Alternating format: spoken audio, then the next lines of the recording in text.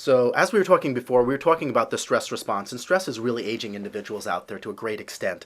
Hans Selye came up with the original concepts of chronic adaptation, or the adaptation to stress and how we respond to stress on a physiological basis, the fight or flight syndrome.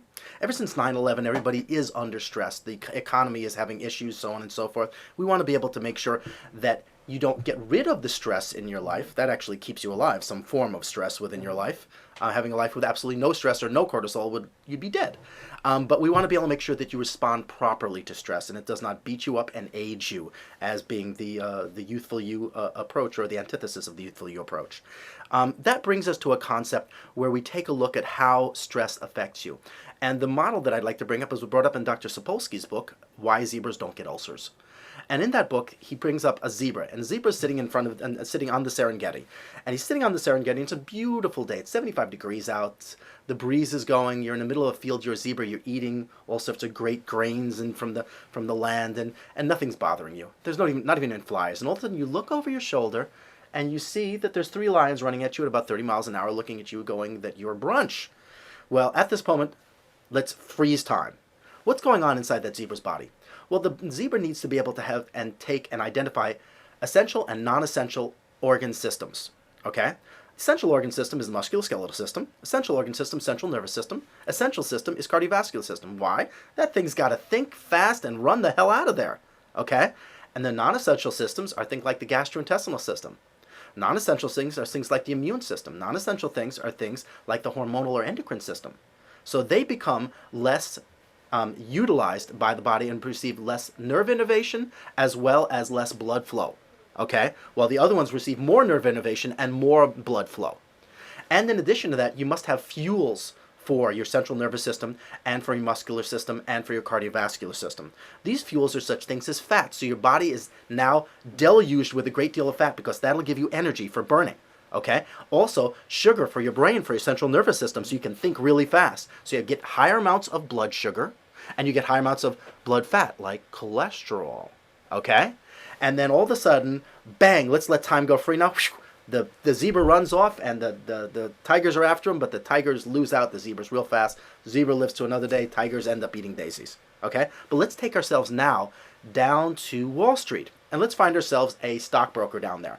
That stockbroker doesn't have an incident of stress of 15 minutes where they're running away. They have a stress all day. Okay? And when they get home, they have a fight with their significant other. And when they go to bed, they don't have a good night's sleep, and they wake up the next morning and have more stress the next day. They have no recuperation time, and they have stress for too long a period of time. Remember that blood sugar, which was necessary to be able to deal with the fight or flight response?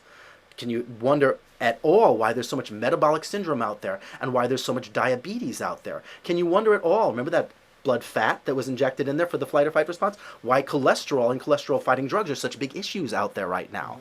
The issue is, and also just a little insight for you, did you know that the first thing that, that a zebra or any animal does when they run away from a fight or flight situation is they actually take a poop in mid-run?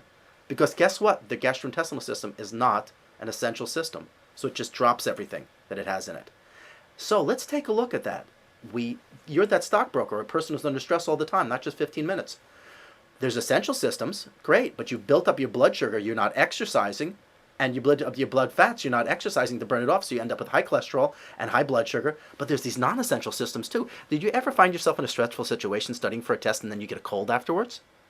Why? Because your immune system is not an essential system for the flight or flight. Okay? It's not essential. So all of a sudden your immune system goes down, and all these viruses that are out there all the time are not able to be fought against.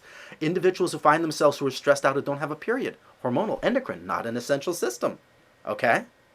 Individuals who find themselves in situations in which endocrine, immune, all these different aspects, basically speaking. So all these non-essential ones go downhill. So you end up with all these problems related to stress, which also are problems which many times are related to aging as well. So we want to be able to make sure you respond to stress properly, and there's different ways to be able to respond to stress properly. First thing is you have to be able to understand that one of these glucocorticoids, or ways to be able to express stress, is known as cortisol. Let's take a look at what really happens with stress. The first thing that happens within split seconds of you having someone getting in your face, whether you decide to fight them or run, is that you produce different types of catecholamines. These catecholamines, like adrenaline and noradrenaline, happen so quickly you can't stop them. All right, that's your heart beating. Makes your heart beat fast. But you have about 2 minutes before you start making cortisol. Now, cortisol does all sorts of fun stuff when it's in high spikes. Okay? Cortisol is going to take in too high an amount, and it's going to increase your insulin. And you know what happens when you increase insulin? You increase inflammatory responses inside your body, and things break down. When you increase insulin also, your hormones tend to go out of whack as well. Okay? So your blood sugar, your hormones go out of whack, and guess what? Your thyroid function tends to get interrupted as well with too high a cortisol spike as well. Your ability to be able to produce TSH as well as convert inactive thyroid hormone T4 to T3 become interrupted. Okay? So your metabolic rate goes down as well. Stress can make you fat. And fat people look older than thin people. So we want to be able to take a look at this aspect of stress, this cortisol. What can we do in 2 minutes? We got a 2-minute warning here. What can we do in 2 minutes? Nice and simple. If you actually spot it, you can breathe in through your nose to full capacity and then hold the breath for a full 1-2 seconds. Exhale out through your mouth for full capacity out. Hold for 2 seconds. Do that a full 5 times and you will blunt the actual cortisol response drastically. Okay? If you can catch it. All right. By the way, if you do it in reverse, there is some research, with preliminary research, which shows it actually makes it worse. You actually take in or increase or exacerbate the stress response by going in through the mouth, out through the nose. So in through your nose, out through your mouth, or in through your nose, out through your nose, like the yogis do in India. So basically speaking, that's important. But what do you do if you just are not mindful? Things happen during a day. How can you always remember to be breathing? I mean, drinking wheatgrass, whatever. The bottom line on the whole thing is there's different things that can be very, very helpful. Herbs known as adaptogens can be extremely helpful in making sure those spikes don't happen.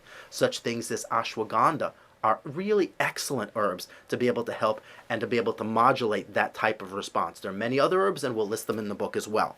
In addition to that, vitamins can be very helpful as well. Magnesium is an excellent way to be able to really tone or to make sure that that cortisol response is not high as well. And remember, magnesium can be gotten in high amounts of green leafy vegetables. That's why vegetarians tend to be able to have less magnesium deficiency and less shaky in regards to response to different types of deficiencies, which would be related to nervousness or stress response or improper stress response. A PhD by the name of Stephen Paul once taught me a long time ago. He says, listen, if you hear a backfire, watch everybody who jumps. I guarantee you 95% of them have themselves magnesium deficiencies. And there had been some preliminary studies in regards to jumpiness of individuals to loud noises, and about 95% of those individuals had magnesium deficiency. As that relates to cortisol, that's another factor as well.